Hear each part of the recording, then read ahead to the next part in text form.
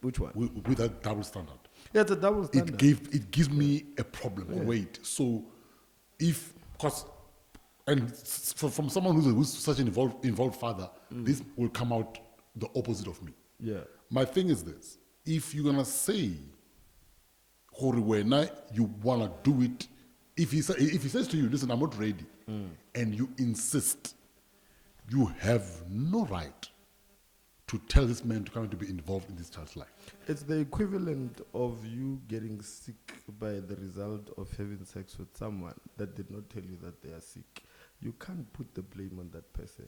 You had the responsibility to make sure that you protect yourself. So problem, Mogori, we are irresponsible, and instead of acknowledging and taking accountability, we throw it to the next person. So what did it's easy? Yes, they can tell you that Abasha. But the reality of the matter, you insisted in not using protection. But besides that, I get the argument they will say, but no, we didn't see. Nah, guys, I don't buy the fact that you can't see. Red flags would run actually. Yeah, people love seeing how red the red can be. They love different types. the shade. They just like different shades of red. Nah. Yeah, they want to see. Bible, it's red. How red can this red flag go? I don't know. I didn't say, guys, come on. Yeah, it's there. The painting is always on the wall. But besides, people always tell you who they are at the inception of the relationship. People will tell you, "Nah, get ready for a relationship," and then we go about hotspot, got readiness. And then I always say, things don't end wrong. They normally start wrong. We know, Chief. You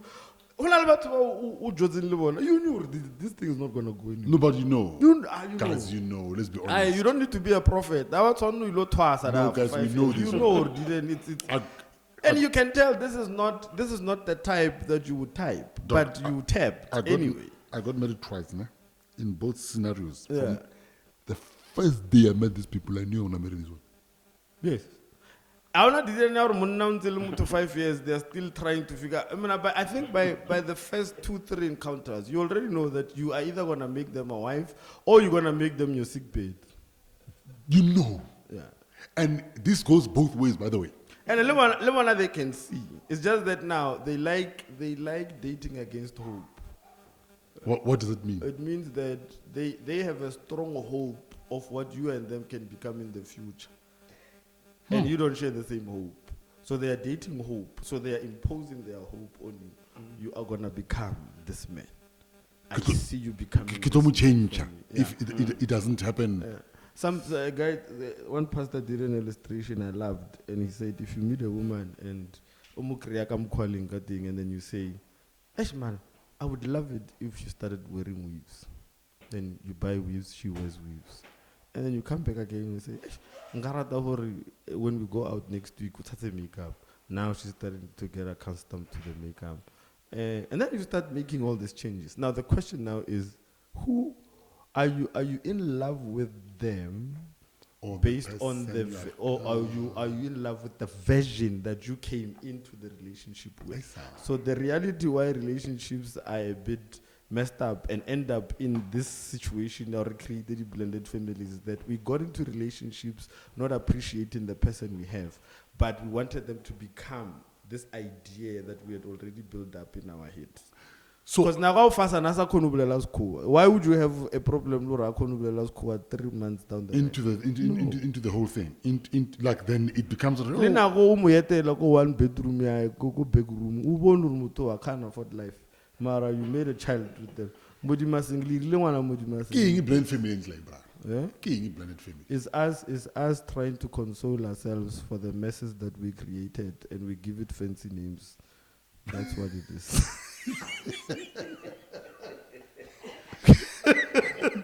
So and no, I have a blended family. Right? And then we're gonna create and so because I remember I grew up, I used sex to numb myself. You understand? So and then I was introduced to pornography at a very young age, which literally distorted my view of sex. Okay. So sex for me was a power play, was a conquest.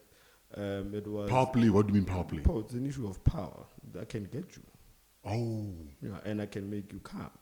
And I can make you get to places that your current person can't. And I'm going to... Man, Leroy, how do you even come up with such things in your head to say, this is my... Because that's why I wrote this book. Because I'm messed up, bro. I think I'm one of the few men who can make peace with the... I'm a mess. I'm a beautiful mess. To come to a point where, you know what, categorically, I'm going to let you make... I used to collect names. I had an alphabetic order. Like if I had an Amanda, write Amanda. If I made a Abongil and then this, so in the alphabet, then I'll check. I have not had a J. I need a Jasmine. So my body count will shock you, my nigga. It's crazy. So there's. Can I make you laugh? I won't ask you. I won't ask you. Don't worry. I don't play that game. But the point I wanted to say, someone a couple of years ago asked me. And I told him, Kemajita. Yeah. Hey, they looked at me funny. Are you sure it's such a low number? You have a low. Yeah, no. According to them, it's a low number. I'm like, what do you mean? When they gave me their number, okay, I was shocked. No, mine will shock you. Like it got to.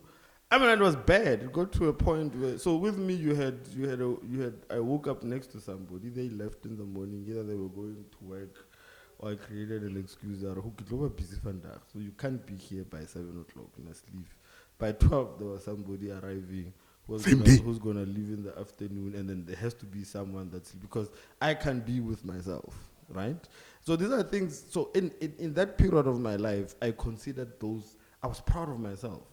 And imagine that when you see different people. Those are the things that I prided myself. And were kids made from that? Yeah. So you have temporary relationships that produce permanent situations. Yes. And now remember, when you're doing this, you were not doing it. And that's why my first relationship, it was a bit messed up. That's why I'm saying it took a while to get to a place of being responsible.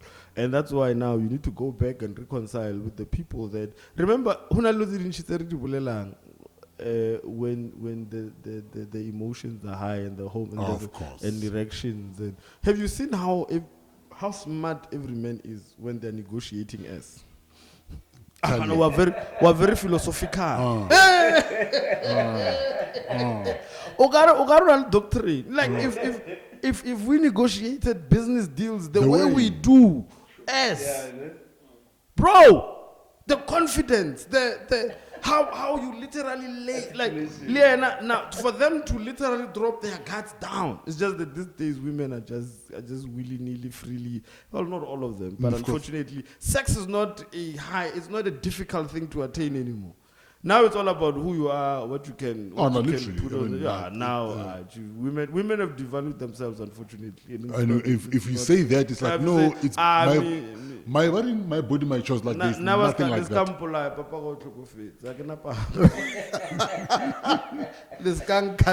So, did you come to a point where you reconcile with the mothers and Bana? Where are the no. Now, but it took a while. It has not been, and I think another thing that hurts and them, and I think the first chapter of the book is there's an apology. I write a letter to my ex-girlfriend. So letters to me where this is a heartfelt apology that I dated you for survival. I was running away from me and I couldn't. When you potential, you saw a future potential. Now I just saw refuge for my emotions for the night or for the week or for that period, And I think that the straw that literally pissed most of them off was finding out that you got married. So everything they wanted you to be to them, you became it to someone else. You understand? And then it's a process where you need to then admit that you have been an ass. In Basically. yeah, you've been an ass in how you handled. And I don't, my brother, if there's one thing about me, I learned that if anyone is going to have an indifferent opinion about me, it has to be me. So when I wrote this book,